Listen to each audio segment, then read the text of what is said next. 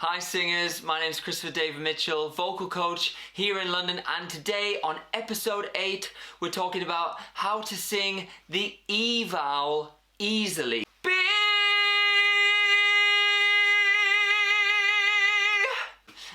It's such a tricky vowel for singers to sing, particularly when going high. I'm going to be talking about why it's tricky, why it's problematic, how we combat it, how we fix it, so that from now on, E vowels are always easy for you. So check it out. Okay, so let's first discuss why the E vowel is even an issue at all.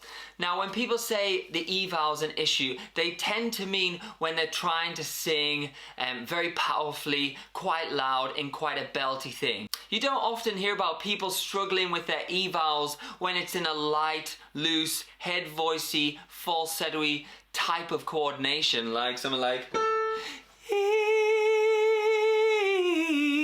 that's fine, there's never much tension there.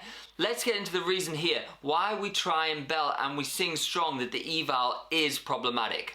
So the reason is because E, resonance-wise and shape-wise, is geared towards head voice. If anyone's into their formants here, then they will know that vowels each have a different shape, a different space that will encourage either chest voice or head voice, amongst other things. But for the purposes today, just realize that the headiest vowels that are going to promote head voice are oo and e. And so E we're talking about today. And what that really means is that when we're trying to sing strong and powerful with a vowel that is shaped to promote head voice, there's going to be a contradiction there. There's going to be a conflict when basically E is made within quite a small space, and smaller spaces are going to promote head voice. So when you say E, there's really not a lot of space in the mouth, in the shape, with the tongue right there blocking a lot of this mouth space. So if you're trying to sing a really strong, epic note from this tiny space, there's going to be a lot of tension there because the setup of the space is not meant, quote unquote, for belt. So what do we have to do? We have to slightly change the setup to allow us to be strong and epic, even on our E vowel. Where people will go wrong is they try and change it too much and then it doesn't sound like E at all. So they'll go from like a E to like A or something like that, or like an A vowel, and that's just a bit too drastic. Cool if it's a choice, not a must for stylistic purposes, but let's try and still hear a cool E vowel in a new setup. It's interesting to always find out why. Like, why is E more problematic than the others? Some other reasons are, of course, E is the highest on the tongue position. Tongue, E, is really high and forward in that. That's cool, but tongue and larynx are best friends and next door neighbors here. So if the tongue's going high, larynx is probably going to go with it. So E is naturally going to raise the larynx, which for some people is going to cause more tension, tighter vocal folds anyway. So that's another reason why E is particularly problematic, because it's going to promote the highest larynx and then hence a tighter coordination on the vocal folds. So that's why a lot of people feel that E's tight, because again, the setup is a tighter setup. So let's get down to how to fix it. So if we're doing stuff here, and I'm like E, and I'm getting higher, E, and I'm in like a very small space here, I can't really get any louder than that from this small space. E, like even if I'm belting like crazy, that's it. There's just not the space to get that sound out. And then, like I say, there's going to be that conflict between the space and the chords, and then we're going to have tension from the resonance space not being correct. So what we need to do is definitely drop the jaw. A lot of jaw tension as well tends to creep in on this E. So we want to think of it super loose. We want to think, instead of the mouth going horizontally, E, that it goes more in a vertical fashion. We still want the tongue to be where it is, or else we won't hear from an audience point of view that it's an E. but we want to get that jaw nice and loose. Ideally, quite a bit of space in there, you know, try like the old 2-finger technique. It looks a bit weird, but just try it, just for the space of like, instead of E, instead of that, we want this. E, E, E. If the tongue does funny things, you see, then we don't hear E. But if the tongue still stay where it is, from in this position, and then slacken off the jaw, E, E, E. No one's going to say we're not singing E there, but this more space in the mouth is exactly what we need to encourage that belty sound that can freely come out without it being so contained from a small space. So that's one of the secrets. What you can think of is changing the vowel initially from E to like an I. So instead of like me, it could be me, like mint. But then once you've got that just position, make sure you get the E in there. Me. That doesn't sound like E, but then me, me, me.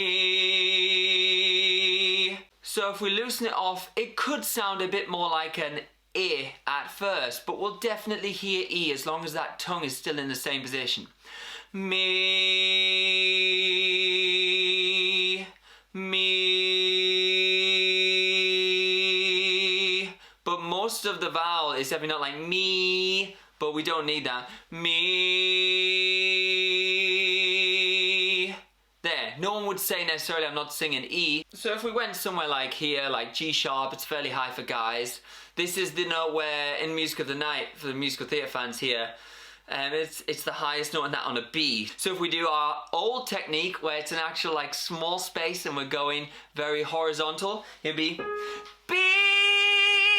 And I feel tension because I'm trying to be loud and epic through a small space. Now if we do our 2-finger thing, that about that gap and vertical on there while still keeping the tongue in the same position. So you can start here and then from there keep the tongue the same and go to just allowing a bit more space. Don't overdo it, like don't want that because then we won't hear E. We still hear E, but it's loose here. B.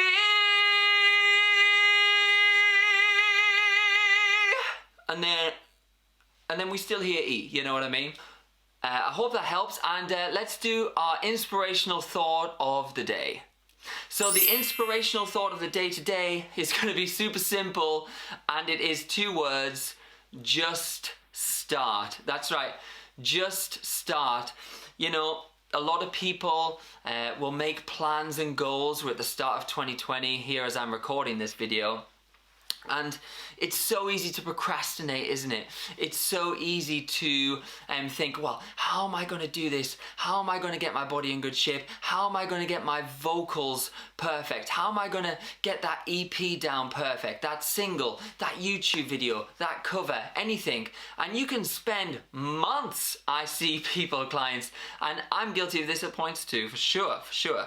All my inspirational tips are as much for me as they are for you, as a reminder. But what you need to do is just start. Through the process, you will progress. That sounds cheesy, but it's so true. You can't actually progress before you just start doing. And once you start doing something, like I start one of these videos, I start coaching, I start writing a blog. As long as I start, then it's quite easy. You know, it's that initial hump of just getting the start. It's like the rocket coming off, you know, the ground. You know, that first part where the rocket comes off the ground takes a lot of effort, a bit like you starting your new project or your vocal practice or whatever it might be for you. But then once you're in the flow motion of that, it's easier. It's so much easier. So if you've got ideas about what you want to do with your music or your career, don't procrastinate any longer. Start, even if it's tiny, even if it's small. So if you want to write a book, write 4 lines. You know, if you want to do shoot a video, or you want to get in the studio, record, you know, a verse. It doesn't matter as long as you're in motion and you're starting. That will be the key to break out of this procrastination of that it's always got to be perfect, it's always got to be right.